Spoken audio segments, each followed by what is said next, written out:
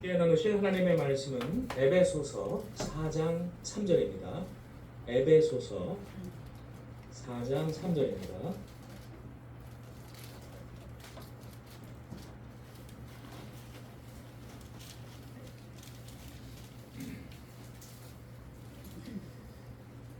다 함께 합독하시겠습니다.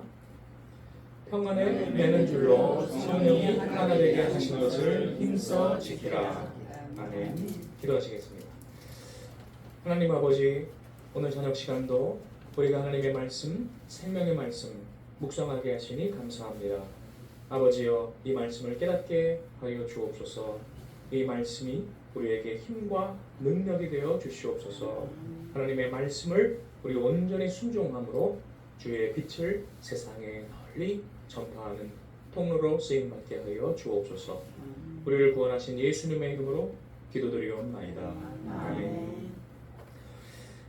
이번 시간에는 사경회 때 방문할 승동교회와 연동교회의 명함 중에 지난주 빛을 다루셨는데 오늘은 어둠에 대해서 좀 다루도록 하겠습니다. 우리가 불편하지만 진실을 볼 때 또한 살기를 하나님이 보여주실 줄로 믿습니다. 합동과 통합이 장로교회 양대 교단입니다. 그런데 공통점이 있지요. 두 글자에 공통적으로 들어가는 글자가 무엇입니까? 합이라는 글자가 들어가죠. 그것은 연합이라는 것을 의미합니다. 그런데 붕어빵에 붕어가 없다라는 말처럼 합동과 통합에 연합이 없습니다. 그런 것을 우리가 생각하면서 우리의 죄성을 생각하면서 성령의 하나 되게 하심을 생각해 보도록 하겠습니다. 오늘날의 답이 과거에 또 있기도 하기 때문에 그렇습니다. 한국 개신교 장로교가 언더우드 아펜젤러, 기타 선교 스크랜턴 감리교이지만 그 선교사들의 그 눈부신 활약과 또 헌신과 그러한 뭉클한 감동을 통해 뿌리내리고 성장하게 되었지요. 그런데 그것이 75주년 되는 1959년에 둘로 갈라집니다. 그것이 합동과 통합에 갈라진 사건이고 그 대표적인 교회가 승동교회와 연동교회입니다. 개별적인 교회를 오늘 우리가 보는 게 아니라 그 한국 장로교 전체를 보는 것입니다. 그리고 그 두 분열이 있은 후에 20년 후인 1979년에 이번에는 합동 측에서 분열이 일어나는데 이때에는 무수히 많은 교회들로 쪼개졌다 해서 핵분열이라고 합니다. 여기에서 이제 두 가지는 예외인데요. 이미 그 몇 년 전에 고신하고 기장이라는 데는 떨어져 나갔어요. 그런데 고신이라는 곳은 숫자도 적을 뿐만 아니라 너무 보수적이었고 또 기장도 숫자도 적을 뿐만 아니라 너무 또 진보적인 약간 극우와 극좌에 해당했기 때문에 그 둘은 일찌감치 1950년대 초에 떨어져 나갔습니다. 그래서 현재 한국의 교회의 장로교의 뿌리는 온건 중도예요. 그 중에서 이제 보수 진보니까 중도 보수 중도 진보 이렇게 되었죠. 이 합동과 통합의 분열은 당시 이제 둘로 딱 쪼개져서 숫자로만 보면 장로교의 최대 한국교회 분열이었고 79년의 합동 대분열은 굉장히 급속하게 저질화가 되는 결정적 계기가 됐습니다. 이것은 다음 기회에 시간에 대한 말씀을 나누도록 하겠습니다. 우리 지난주에 보신 것처럼 승동교회의 시작은 사무엘 무어 선교사가 곤단골 교회로 시작해서 되었다고 했죠. 1894년이고 또 연동교회도 똑같이 1894년에 제임스 게일 선교사가 연못골 교회, 그래서 연동교회가 됩니다. 그 두 분의 선교사들이 시작을 1894년에 했는데 그것이 이제 65년 지난 1959년에 이제 둘로 쪼개지게 됩니다. 이 내용을 우리가 생각해 보기 전에 배경을 하나 봐야 되는데 그 합동과 통합이 대립이 좀 있었어요. 그 안에 물론 이렇게 궁극적으로 갈라진 것은 또 다른 얘기지만 그 안에 대립은 이제 합동 측의 대표는 박형룡 목사라는 분이 있고 그리고 통합 측의 대표자는 한경직 목사님이었습니다. 근데 이 두 분이 1920년대에 같은 프린스턴 신학교를 다녔어요. 우리나라 최초의 유학 신학 유학생에 해당하겠죠. 그런데 이 1920년대가 장하시는 원숭이 재판이 있었던 때입니다. 미국 사회에서도 아주 큰 혼란이 있었던 1925년에 원숭이 재판이 있었죠. 그래서 뭐 창조론이냐 진화론이냐, 교회에서는, 신학교에서는 과학을 가르쳐야 되느냐 말아야 되느냐, 사회과학을 신학교에서도 가르쳐야 되느냐 말아야 되느냐, 이런 논쟁들이 크게 일어났습니다. 그때 이 박형룡 목사의 스승인 메이첸이라는 사람이 아주 강한 보수적인 성향이 있었어요. 그러니까 이 사람은 무조건 세상 학문은 다 끊어버려야 된다, 이제 이런 거 주장하고, 대신에 또 노예제 같은 거는 옹호하고 뭐 그런 입장이었습니다. 그러다 보니까 이 결국은 프린스턴의 주류가 되지 못하고 떨어져 나갑니다. 그래서 세운 신학교가 웨스트민스터 신학교입니다. 우리나라의 합동측의 목사님들 중 많은 분이 웨스트민스터 신학교 출신들이 꽤 많습니다.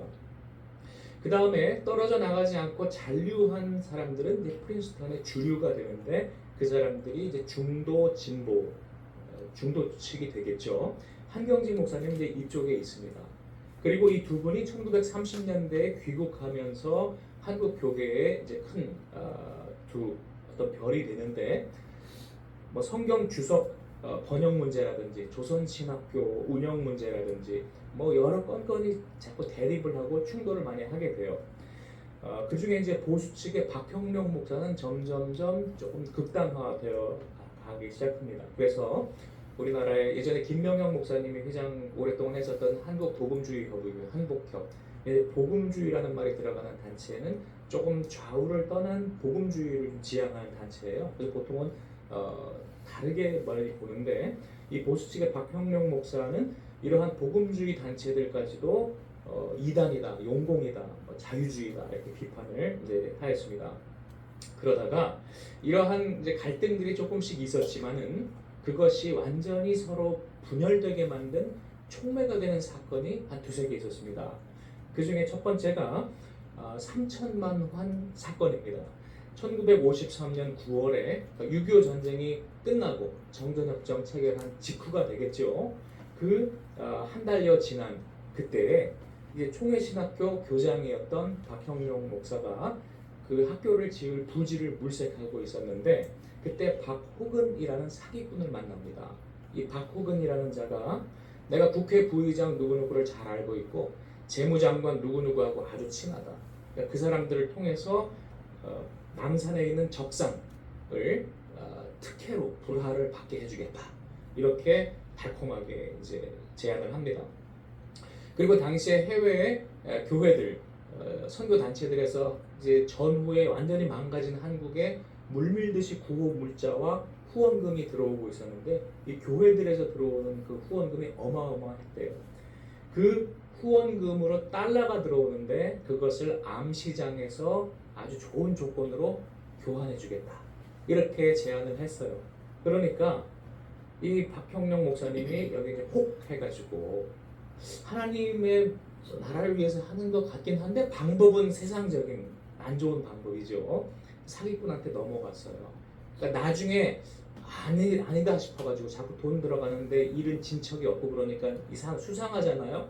그러니까 나중에서야 어떻게 된 거냐, 돌려달라 이렇게 하니까 사기꾼이 당신 불법적인 방법에 동의한 거 다 폭로해버리겠다, 망신 주겠다, 이런 식으로 이제 협박을 한 거예요. 그래서 결국에는 그런 일이 있은 지 약 5년 후인 1958년에 3월에 박형룡 목사가 총회신학교 교장직에 사표를 내고 수리가 됩니다. 그러니까 어떤 문제가 일어났냐면, 이제 이 박형룡 목사는 보수 측의 어떻게 보면 좀 정치로 비유하자면 보스예요. 계파의 보스인데, 그 자기의 보스가 대장이 힘을 잃어버리니까 그 밑에 사람들이 비상이 걸렸어요. 그래서 이 박형룡 목사 복귀 운동을 막 벌입니다. 근데 목사들이니까 이제 좀 예배나 기도회 형식으로 많이 결집을 했는데, 그 중에 이제 삼각산 기도회를 많이 했대요. 그래서 삼각산 기도회를 이제 구실로 해서 이쪽 목사들이 모여서 반대 측을 막 공격을 이제 합니다. 설교로 여러 가지로. 근데 그 박형룡 목사의 반대 측이 한경직 목사님이잖아요, 제일 대표가. 그래서 뭐라고 비판을 했냐면, 영락교회의 십자가는 우상이다, 그 다음에 한경직 목사는 자유주의자고 용공이고 그리고 공산주의자와 친하다. 이런 이제 색깔론을 계속 주장합니다. 이때가 언제입니까? 6.25 전쟁 직후라서 사람들이 공산주의 공짜만 들어도 치가 떨리는 때예요. 자기 수많은 가족들이 친척들이 죽고 불구가 되고 그리고 집이 폐허가 됐던 그 시기니까 굉장히 사람들에게 호소력이 있었습니다. 사실이건 아니건 떠나서 그때 그 주요 빌미가 된 문제가 요즘도 시끄럽죠. 똑같이 오래 지났는데 WCC 문제입니다. 세계교회협의회. 이 WCC가 에큐메니칼이다. 뭐 천주교건 무슨 이상한 사이비 종교건 무조건 하나로 합치려고 한다. 공산주의 교회와도 합치려고 한다. 이런 문제를 자꾸 문제를 제기합니다. 그래서 우리나라도 WCC 총회할 때 그런 문제 많이 있었죠. 그래서 하나 알아두셔야 될 게 있어요. WCC가 창립이 된 게 1948년입니다. 그때는 순수한 의도로 시작을 했어요. UN도 비슷한 시기 시작을 했죠. 그때는 순수한 의도로 하나가 되자라고 이제 시작을 한 것이고 타락하기 전입니다. 그러니까 지금의 WCC는 많이 타락을 했어요. 근데 그때하고 좀 다릅니다. 그런 것들을 염두에 두셔야 됩니다. 그런데 아무래도 보수의 박형령 목사보다는 중도 진보의 한경직 목사 측이 이 WCC에 좀 더 열린 자세였고 일단 공산주의 교회라도 진짜인지 가짜인지 우리가 알기 전에는 만나보자 이런 입장이었습니다. 그런데 보수 쪽도 원래는 그 입장이었어요. 만나보자라는 입장 똑같았어요. 그런데 조건부로 이렇게 만나보자라는 입장이었다가 이 정치적인 계산이 끼면서 무조건 반대 이렇게 이제 바뀐 것이죠. 그런 것이 좀 정치적이고 진정성이 적어 보이는 면이 있습니다. 그 다음에 상황적인 이유도 있어요. 아까 6.25 직후라서 사람들이 민감했던 때라고 했잖아요. 근데 미국은 조금 달랐습니다. 6.25 전쟁에 물론 파병은 했지만 미국 본토에 있는 사람들은 조금 달라서 1956년에 프린스턴 신학교 교장 맥케이 목사님이라는 분이 미국 교회와 중공 교회가 일단 서로 만나보자, 서로 일단 대화는 해보자 라는 이야기를 이제 합니다.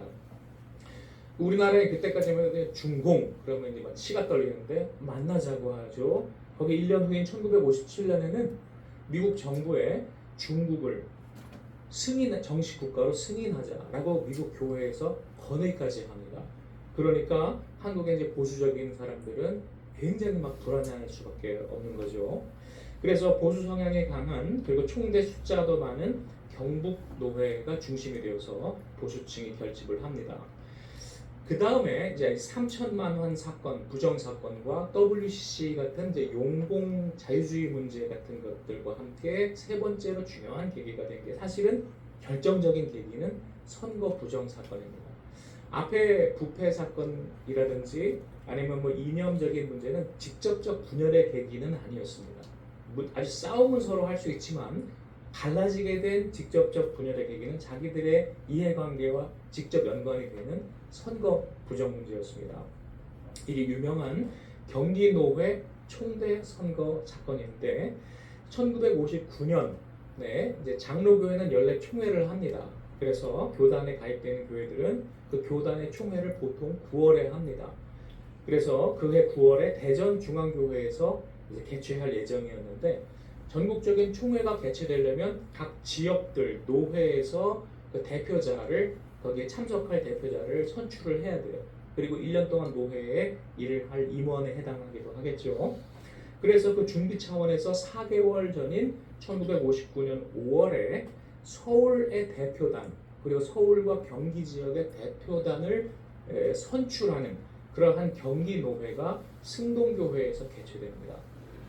근데 이 경기노회가 서울과 경기 지역이니까 전국 노회 중에 최대 규모였다고 해요. 근데 그 경기노회에서 총회에 파견할 대표자 즉 총대를 선출하는 투표를 했는데 보수 측이 원래는 3대7로 질 거다라고 예상들을 많이 했는데 결과를 놓고 보니까 7대3으로 거꾸로 압승을 했어요. 그러니까 굉장히 좀 이상하죠. 3대7로 진다고 하는 사람들이 7대3으로 이겼어요. 그러니까 압승을 합니다. 그래서 어쨌든 그 투표 결과를 이제 공포를 합니다. 노회에서 투표 결과 이렇게 있었다. 공포를 하고 난 다음에 사람들이 해산하고 이제 일부 임원들이 미심쩍었어요. 그 중에 자기가 당선될 거라고 믿었는데 떨어졌던 그러한 또 목사들을 중심으로 해서 너무 이상하다. 그래서 투표지를 검토를 합니다.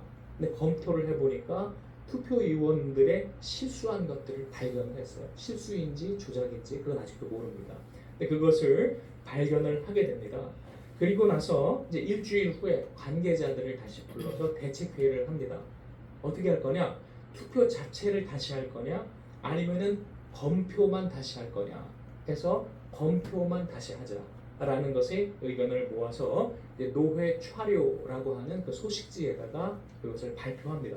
그러니까 이 경기노회 총대들이 혼란에 빠졌어요. 자기들이 참석해서 회의에서 투표를 했고 그 자리에서 결과를 분명히 듣고 왔는데 나중에 무슨 소식지에 발표된 건 결과가 이상하게 뒤집어졌으니까 사람들이 막 혼란스러워하면서 왜 이거를 임원들 너희 몇 명이서 결정을 하느냐? 그래서 월권이다 이렇게 이제 불만을 제기하고 그래서 임원들이 총 이제 사직서를 제출을 합니다. 그리고 이제 임시노회가 다시 소집이 되어서 임원들의 사직서를 수리할 건지 이제 이것들을 다루고 그 다음에 서로 이제 의견들이 막 대립이 됩니다. 막 싸워요. 그러니까 이 경기노회 노회장이 너무 막 싸움판이 돼버리니까 비상정회를 선포하고 그냥 나가버립니다. 퇴장해 버렸어요. 그러니까 다수 회원들이 왜 노회장 안 오냐라고 하다가 결국에는 이제 부회장이 대신 사회를 보게 해서 속회 계속 회의를 이어가기를 결정합니다. 그래서 이제 며칠 후인 6월 29일에 승동교회에서 다시 임시노회가 속회가 됐는데 총대를 전면 재선거했어요. 아까 그 선거 결과가 나온 거에서 거기에서 이제 검표를 다시 해서 발표했다가 사람들이 안 받아들이니까 이제 투표 자체를 다시 했어요. 그리고 임원 중에서는 회장과 서기가 대표로 사임을 했습니다. 그런데 이번 재투표에는 보수 측이 대거 불참해버렸습니다. 왜? 자기들이 이전 선거에서 7대3으로 이겼거든요. 그런데 이걸 인정해버리면 자기들 그때만큼은 안 나올 거니까 아예 그냥 불참해버렸습니다. 이거 무효다. 그리고 불참한 가운데 일단 노회원들은 모였으니까 이제 투표를 했어요. 하니까 어떻게 됐겠습니까? 불참한 사람들이 투표를 못했으니까 다시 뒤집어지겠죠. 그래서 정반대로 보수 대 진보의 비율이 총대 비율이 7대3에서 1대9가 됩니다. 보수 측이 70%다 장악을 압승을 했다가 10%밖에 안 됐어요. 완전히 그냥 쫄딱 망했죠. 이 중도 진보 측의 압승이 됩니다. 그러니까 보수 측이 여기에 자기들 수긍을 했겠습니까? 안 했어요. 불복을 해서 어떻게 했느냐? 가을에 총회에 대표단을 명단을 접수를 미리 해야 되는데 누구누구가 대표단으로 총대로 갑니다. 명단 접수를 두 군데서 해버렸어요. 보수 측에서 따로 접수하고 이 진보 측에서 따로 접수를 해버렸습니다. 혼란이 왔죠. 그래서 가을이 돼서 1959년 9월 24일 대전 중앙교회에서 총회를 진행을 하는데 첫날부터 파행이 될 수밖에 없죠. 왜? 대표로 온 사람이 둘이 와서 앉아 있으니까 이제 한 29명씩인데 대표단. 근데 둘 다 자기들이 진짜 대표라고 주장하니까 이게 시작부터 파행이 될 수밖에 없었어요. 그래서 막 혼란이 있다가 어떻게 해야 될 것이냐? 전국적으로 모인 총회원들이 표결을 하기로 했습니다. 그래서 총회니까 가장 그 권위가 또 크죠. 그래서 총회원 표결을 했는데 결과적으로는 누구의 손을 들어줄 것이냐 했는데 진보 측이 아슬아슬하게 승리합니다. 단 몇 표 차이로 아슬아슬하게 승리해서 아까 10% 대 90%의 비율 두 번째 투표한 그것을 결과를 유지하기로 합니다. 그러니까 이제 보수 측에서 경기노회 보수 측에서 색깔론을 제기를 합니다. 진보 측은 용공이다, 빨갱이다, 자유주의 신학이다 이런 식으로 해서 총회 의제와는 상관이 없는 이제 이런 정치 투쟁을 자꾸 벌이게 됩니다. 그런데 여기 총회장도 보수 측이었어요. 그러니까 총회장이 갑자기 억지를 부리게 됩니다. 뭐라고 이야기를 했냐면 총회에서 아까 표결을 했잖아요. 근데 그거를 무시하자. 사람들이 저 불만 있는 사람들이 저렇게 격렬하게 불만을 제기하니까 이거를 정치부와 전임 총회자들 몇 사람이 다시 논의를 하게 하자라고 제안을 합니다.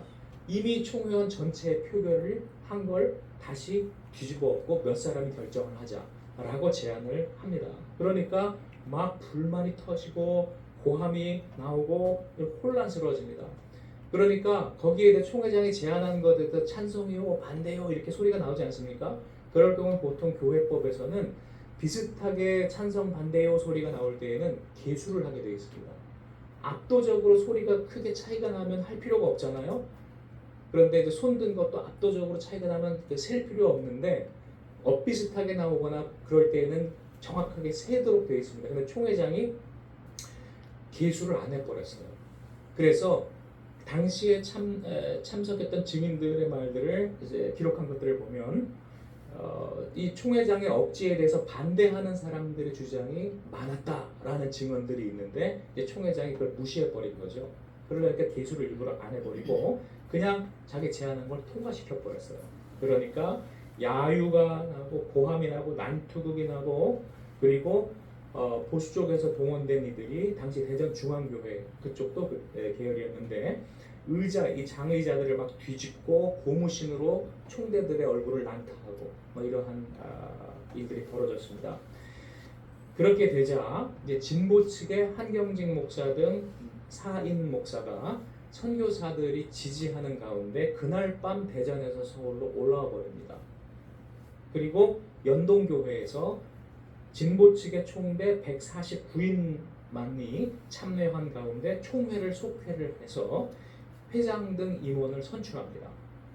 그리고 미 연합장로교 선교사들이 열흘 후에 이 연동 측의 입장을 지지한다라는 성명서를 냅니다. 그 이유는 승동 측이 허다한 불법을 저질렀기 때문에 연동 측이 유일한 합법적 총회이다라고 인정을 합니다. 마치 유엔이 남한이 한반도의 유일한 합법 정부다라고 선포한 것처럼 미국 선교사들이 연동 측, 즉 통합 측이 유일한 합법적 장로교 총회다 이렇게 인정하는 성명서를 발표합니다. 여기에 대해서 이제 논란이 많습니다. 잘못은 분명히 승동 측이 많이 했고 불법적이었고 비신사적이었고 억지를 많이 썼어요. 그런데 통합 측이 연동 측이 실수를 한 데 있습니다. 뭐냐면 그러한 명백한 잘못이 있었던 것은 맞지만 그것이 당일에 기차 타고 올라가서 총회를 둘로 쪼갤 만한 그러한 명분이 되었느냐는 별개의 문제입니다. 아무리 서로 간에 가정에서 싸움 박질을 하고 서로 막 싸움이 있다 하더라도 완전히 갈라서는 거하고는 별개의 문제잖아요. 그래서 여기에 대해서는 논란이 굉장히 많이 있습니다. 아직까지도. 그런데 많은 사람들이 이제 칼빈 이야기를 합니다. 칼빈이 뭐라고 이야기했냐면 교회가 쪼개지는 것은 언제 가능하냐? 유일하게 한 가지 가능한 경우는 기독교의 사화를 좌우하는 근본적인 교리가 부정될 때뿐이다. 즉 예수는 하나님의 아들이 아니다라고 한다거나 뭐 예수의 부활을 부정한다거나 뭐 이런 근본적인 교리의 문제가 있잖아요. 삼위일체를 부정한다거나 그러면 분리할 수 있는데 그래서 천주교에서 개신교가 나온 거 아닙니까?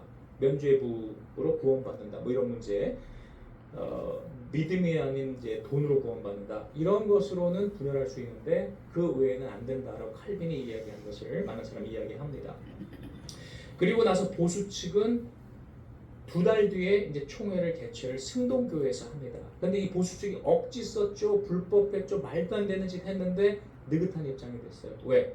모양새를 보면 통합 측이 연동 측이 나가는 모양새가 되기 때문에. 그래서 이게 참 모양새가 중요합니다.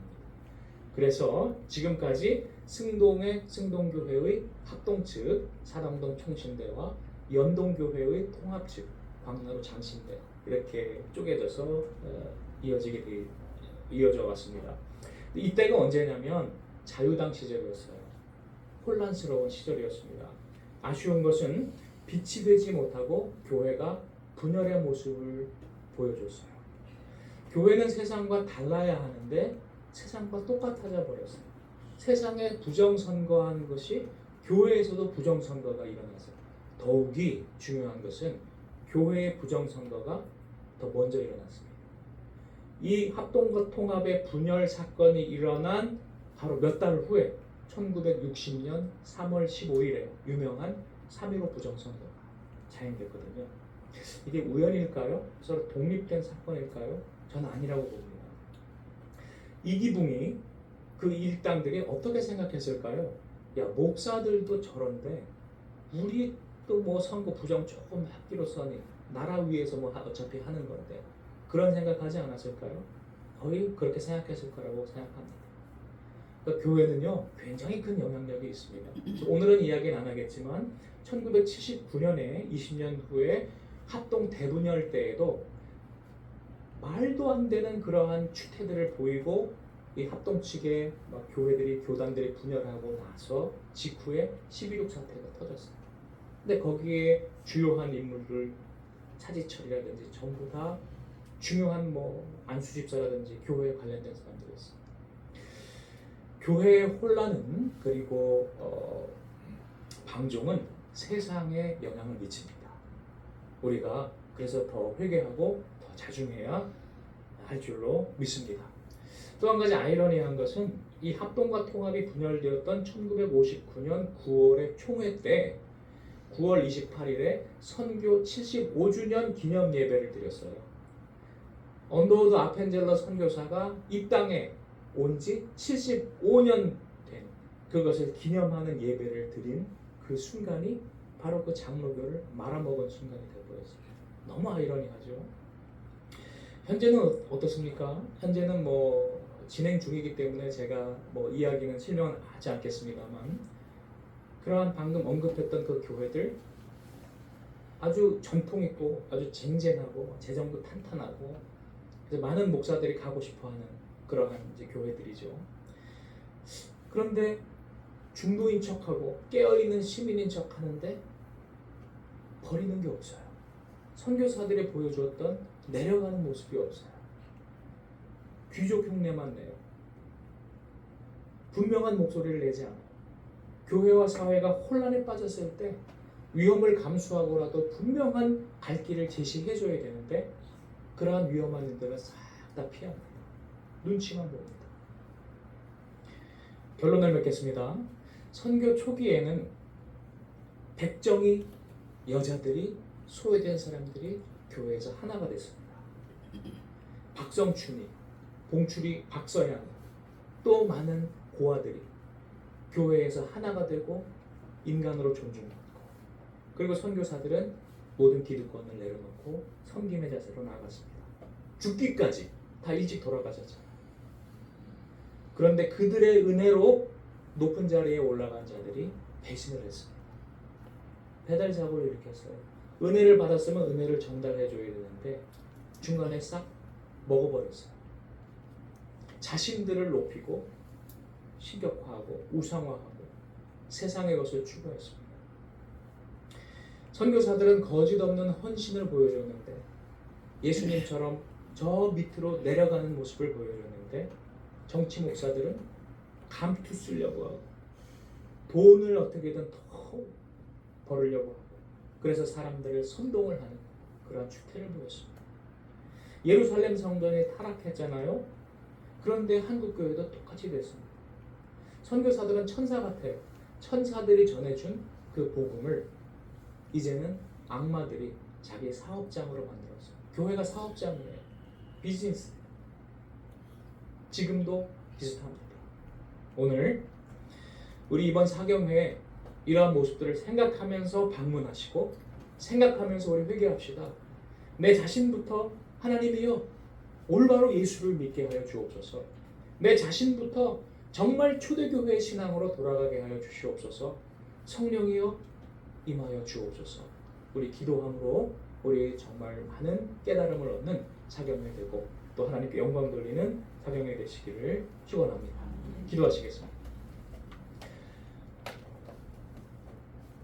하나님을 대적한 죄인들을 구원하시기 위하여 이 땅에 내려오신 십자가를 지시고 모든 고통을 감내하신 우리 주 예수 그리스도시요 또 그 주 예수 그리스도를 보내신 하나님 아버지시요 오늘 그 복음을 우리가 다시 한번 생각하고 우리 초대교회로 순수한 신앙으로 돌아가기를 결심합니다. 하나님, 우리가 하나님께 받은 은혜를 잊어버리고 은혜를 원수로 갚고 하나님을 배신하지 않았는지요. 주여, 나부터 회개하오니 용서하여 주시옵소서.